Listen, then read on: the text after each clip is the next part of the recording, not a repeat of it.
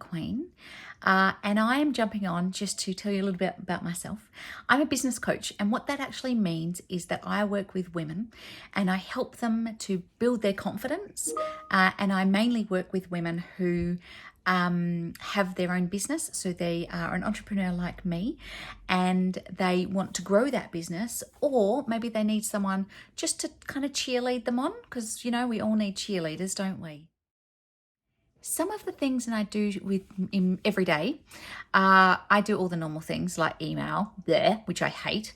I do lots of sales calls, so I have lots of conversations with very cool people, mainly women, and I do coaching. So a session with me is for an hour, and I do that via Zoom because we can do that now, and we talk about a whole stack of different things. So one person may be wanting to talk about how to get some new business.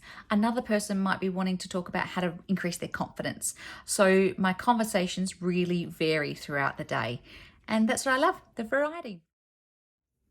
When I was at school, I actually wanted to be a mechanic.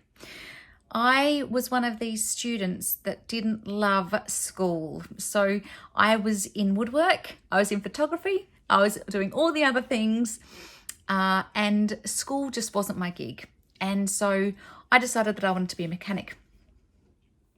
But my dad wouldn't let me. Isn't that funny? He said, I'm 5'1", so I'm very little. But he said to me, if you're a mechanic, you're not strong enough to be a mechanic. And back in those days, I probably wasn't strong enough. But what my dad didn't know is that I probably would have owned mechanics stores by now. And so, you know, I've always had that entrepreneurial bent. When I was 9, I would sell icy poles in our driveway. I walked dogs in the street. I did a whole stack of stuff because I just liked to keep busy. And so when I left school, I just wanted to earn some money. And so I went and I was a secretary. I did recruitment. I worked for World Vision for 12 years. And then I became a business coach. So I've been working for myself for almost 5 years now. And I love what I do. I have loved every job that I've had, but every job has led me to this. So even if you don't know what you want to do, it doesn't matter. Just get started. And as you go, more and more opportunities will come up if you work hard, and it will lead you in the direction that you want to go. What makes me feel confident is playing to my strengths. So, you know, when you're just naturally good at something. So for me as a kid, I was naturally good at picking things apart, like electronics or whatever, and putting them back together. I think that's why I wanted to be a mechanic, because I really wanted to use that part of my brain. Some people, not me, some people really like Excel spreadsheets. Not me. I like talking to people. In fact, on my report card, I got Emma would get more work done if she stopped talking. But you know what? My job is now to talk. So there you go. Even if someone sees it as a weakness, it's sometimes not. So in order to feel more confident, what are you naturally good at? What do you get lost in? For me, I love reading. So I get lost in a book. So I wrote a book. So just think about, what are you naturally good at? And if you don't know, ask mum and dad or ask your buddies and see what they think you're good at. That will always be helpful. What am I afraid of? What am I afraid of, and how do I cope with that? When I first started my business, I was afraid of failing. But what is failing really? I mean, is failing not getting clients? Maybe. Or is failing not being good at socials? Maybe. But I think actually when you are trying to do things, I don't see it as a sense of failure. It's like you fall down, you get back up, and you can see this manifesto in the background, right? We fail fast. So you go, yep, that happened. Dust yourself off you go. So there's nothing really to be afraid of when you're failing, because when you fail, you learn. That's what I think anyway. My most proud moment of my career so far is launching my own business. So there are lots of women now who have their own businesses because we want to be our own boss, and I wanted to be my own boss. And when I first decided to go out on it, it was scary because I have a family. I have 3 children and a hubby, and I am the main breadwinner. So I am the person that goes to work and makes sure that there is enough money and food on the table, etc., right? So I think for me, it was a bit scary. And I started my business with no money. So I had to make money really quickly, which meant that my sales, my talking was super helpful because it helped sales come in the door. And so I think I'm most proud of 5 years later. I employ a stack of people. I have a thriving business, and I'm my own boss. How good is that? No one tells me what to do. I love that. Do you know what? I think it's really important at whatever age to find some people that you look up to, some role models. Women, I have a variety of women in my support network who I love and have been connected to with for a long time.